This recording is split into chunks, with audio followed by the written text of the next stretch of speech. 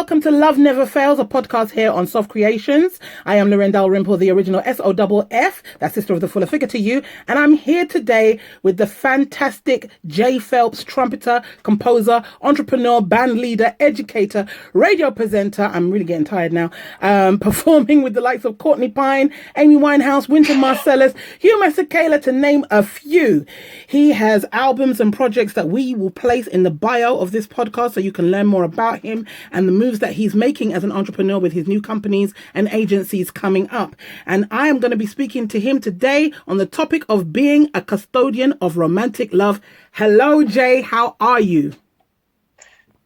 Hi, Lorraine. How you doing? I'm fine. Lorraine, where's the auntie? Where's the auntie? Hi, Auntie. I'm trying to be professional here. You see, that's the thing. Listen, the older black women get. Hi, Auntie. Yeah, exactly. The older black women get. Your professionalism lies in the respect. Eh? Okay.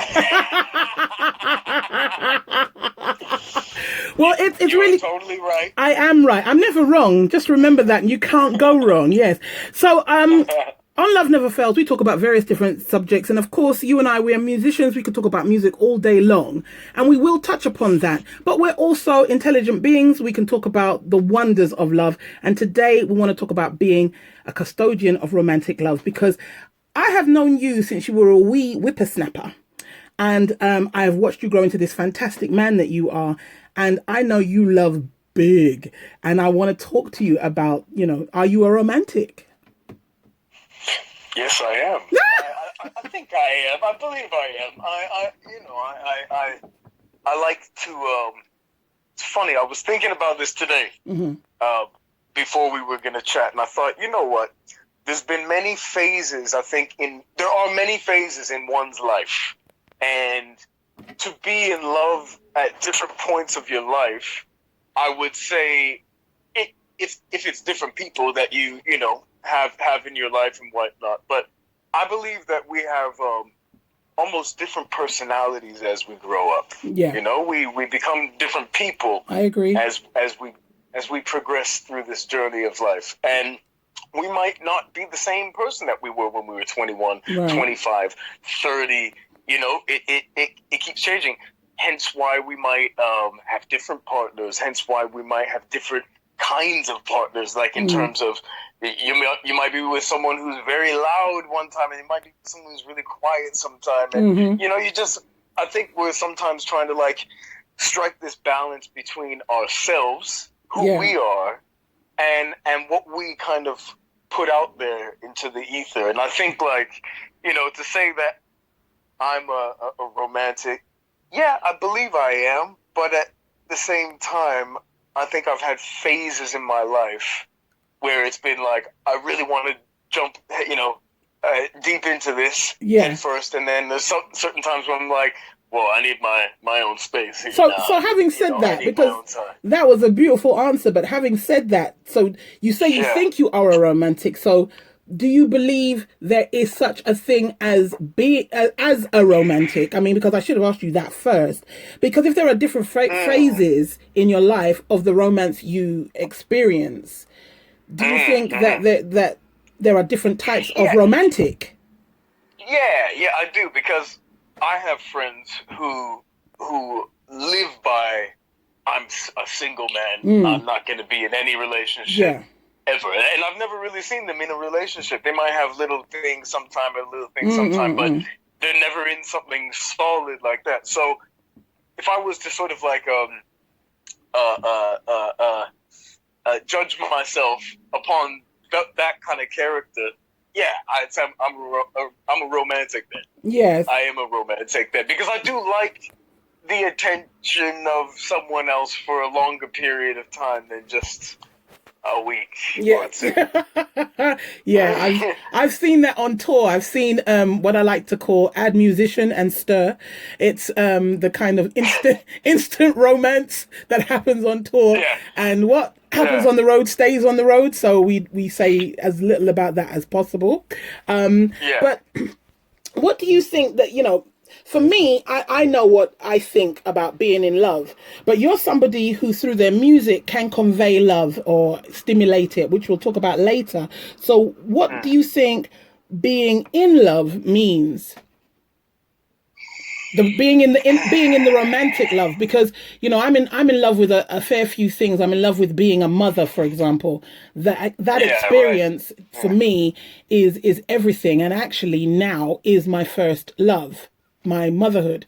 I'm part of a greater sisterhood of friends whom I was blessed to meet when I was very young, 10, 11 years old, and now sorry. Yeah, I'm back. No commercial breaks here. Tulip was calling me. The very person who we're talking about. Exactly. Tulip with her two lips was calling you. Yes.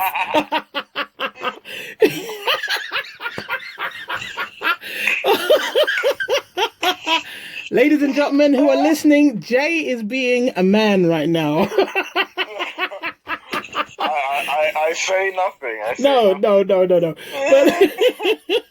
so what was I saying? You've really put me off now. The whole thing with what does it mean to be in love? For me, I was saying there was different aspects of it. But for you, Jay, go ahead. Yeah. To be in love is to be able to I'd say it's to be able to be in the presence of another person and not get bored of them and not be, like honestly, and obviously, what comes with that is all the infatuation and the love and the physical energy sort of and the spiritual energy that comes with that. And, right. But at the end of the day, when you break it down, when you really break it down, and those couple weeks have passed, or those couple months have passed, and that infatuation stage has actually passed, what are you left with there? You're left with a person who you can be with and get on with, or not. Yeah. And I think if you can withstand that sort of time and energy with someone else, then that's when you're sort of in love in a way. And I think that's when you know you're in love, when you can just like be in that person's presence for, it doesn't matter how long, and you're not bored of them. You don't get too sick and tired of them. Yeah. Obviously, everyone's an individual, and we can't just say that we love throughout our whole lives, and I just need you by my side forever and 24/7. Yeah. Song lyrics. I was actually talking about this. Song lyrics have a lot to answer for, because that whole I need you by my side thing. Actually, the man in my life is still loved when he is not in the same room as me, and when he's far away from me. I was saying this just yesterday. Yeah. This to Mari. I was like, because she said, "I know you love your own space." I'm an only child. Yeah. And so I've grown up in my own space. Yeah.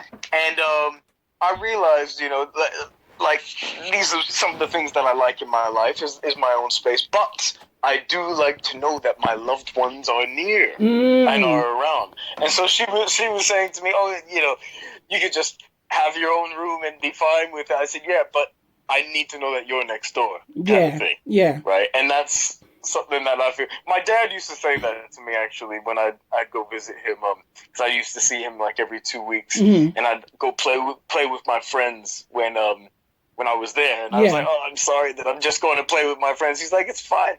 Just me knowing that you're here and in my house and around is good enough." Oh, good that's enough beautiful. For me. And I think that's sort of. Yeah, that's obviously resonated with you and stayed with you, and you get it. That the being in love does not mean being attached constantly. No.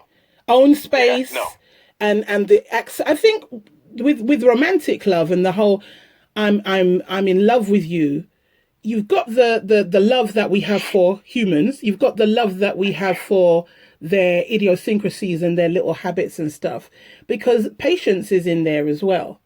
And acceptance is in there. These are things I call the children of love: trust, patience, acceptance. if you truly love somebody, whether you are romantically in love with them or they're a friend who you love. Because check it, I love you 100%. I would dare anybody to say anything about Jay Phelps that didn't sit right with me because of the way I feel about you. But I'm not in love with you.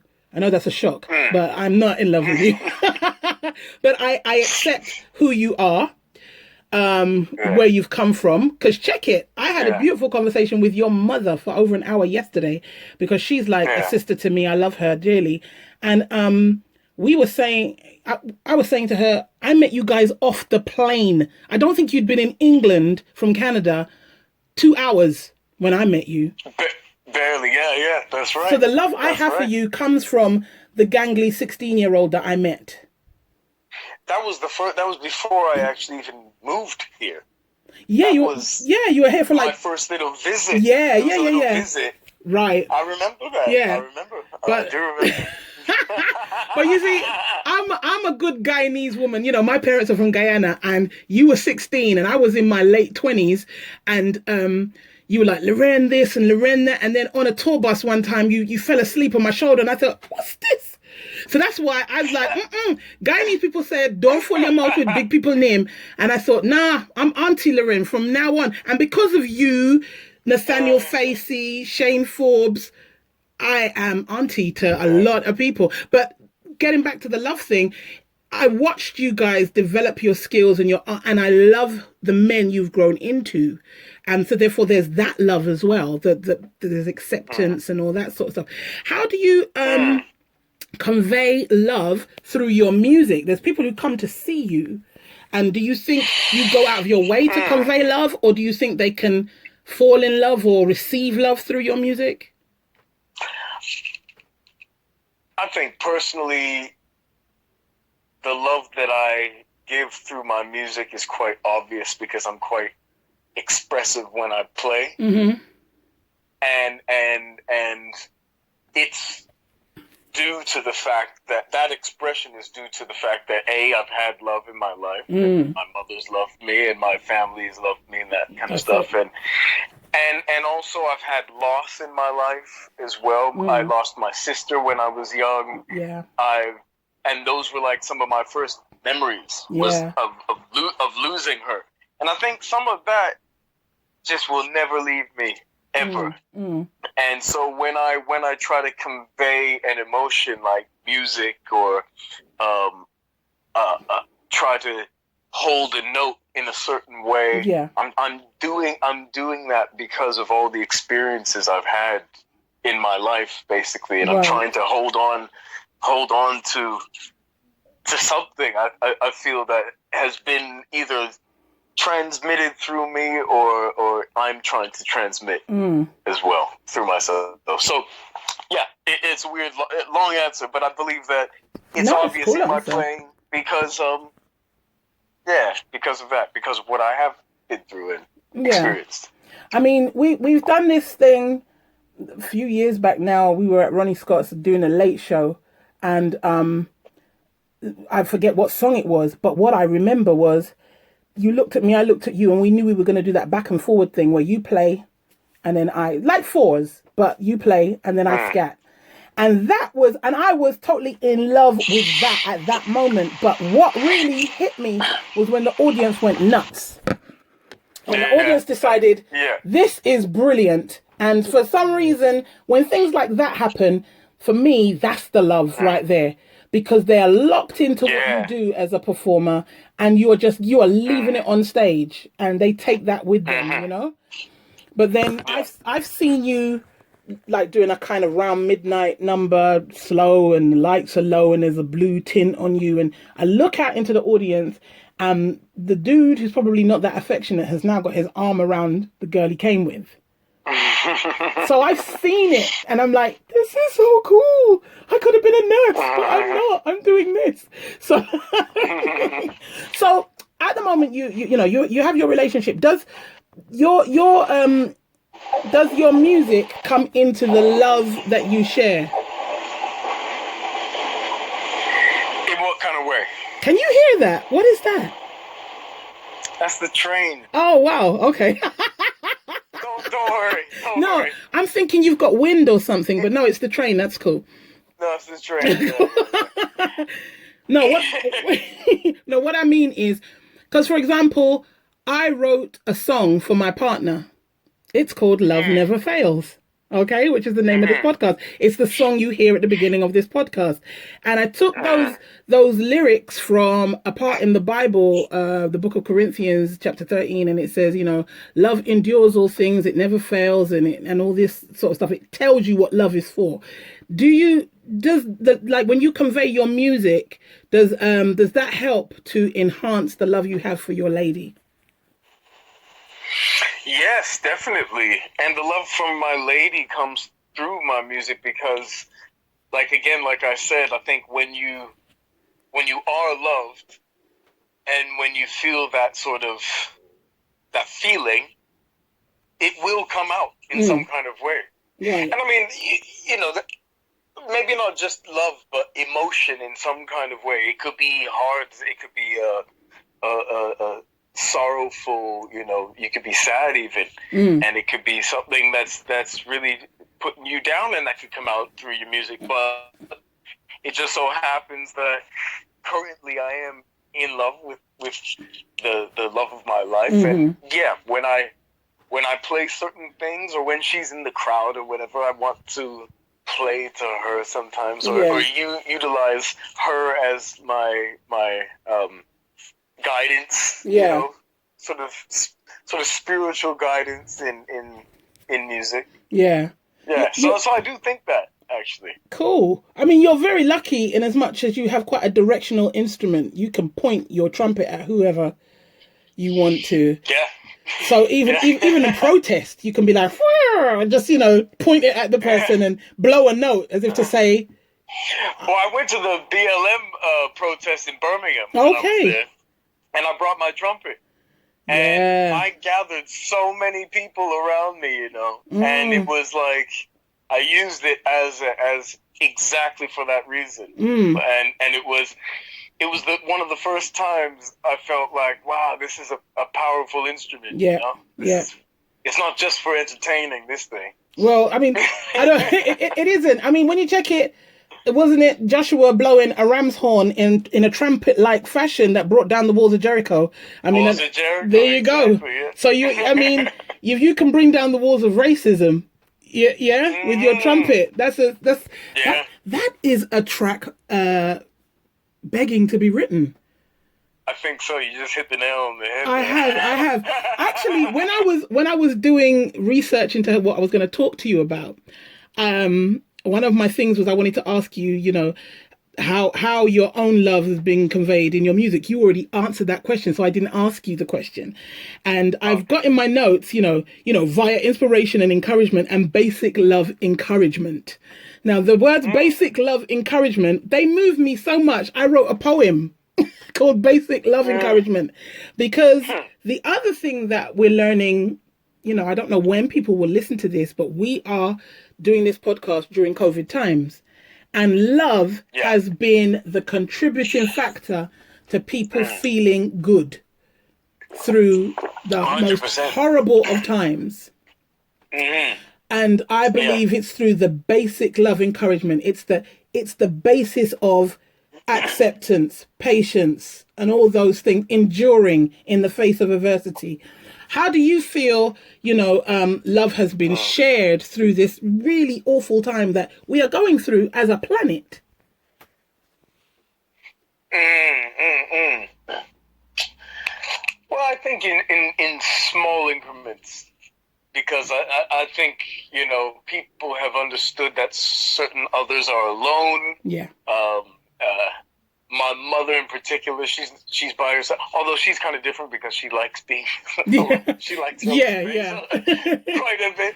But there's other people who physically can't get out the house or things like that, and they're home alone, and so I think whether it's their neighbors or whether it's been family members, those key people have shown the love to certain others during this time. Yeah. When normally we don't even know who our neighbors are. Yeah.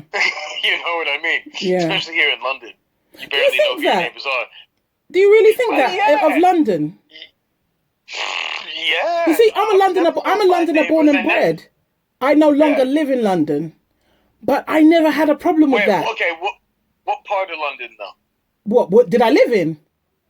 Were you born and raised? Okay, first of all, I'm a South London girl because I was born in Balham Hospital, so that's Wandsworth. I lived in Streatham, which is South London, also up until I was 29. Then I moved to Brixton, and then from Brixton, wanting to start my family and move forward and buy a house, it wasn't possible. London kicked me out because it got too expensive.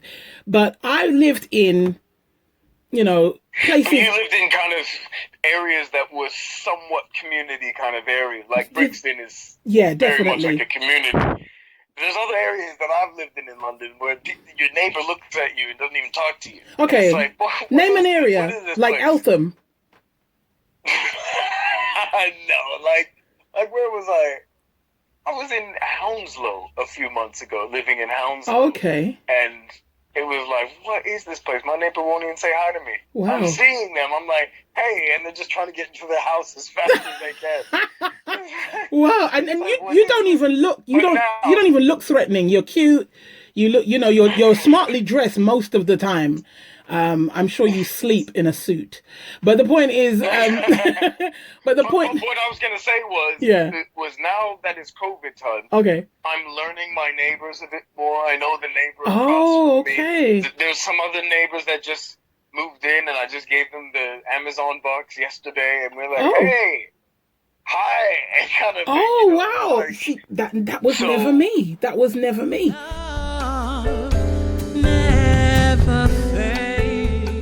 We're going to continue with, loving COVID times. What are we saying about that? Yes, loving COVID times. Oh, we were just saying that it's good to see that some people have been like thinking more about their neighbors, thinking more about spreading that love during these times. And I mean, not to say that there haven't been like some really messed up situations in the world during these times where people have not been thinking about anything to do with that. But absolutely. Mm-hmm. I would say your day-to-day, neighborhood sort of life is kind of a bit more aiming at your love for your neighbor. Yeah. In a way. A custodian of love, period. Well, I was actually trying to do something through my love for people during this time. Mm-hmm. Over 40 weeks, I did my live stream. Yeah.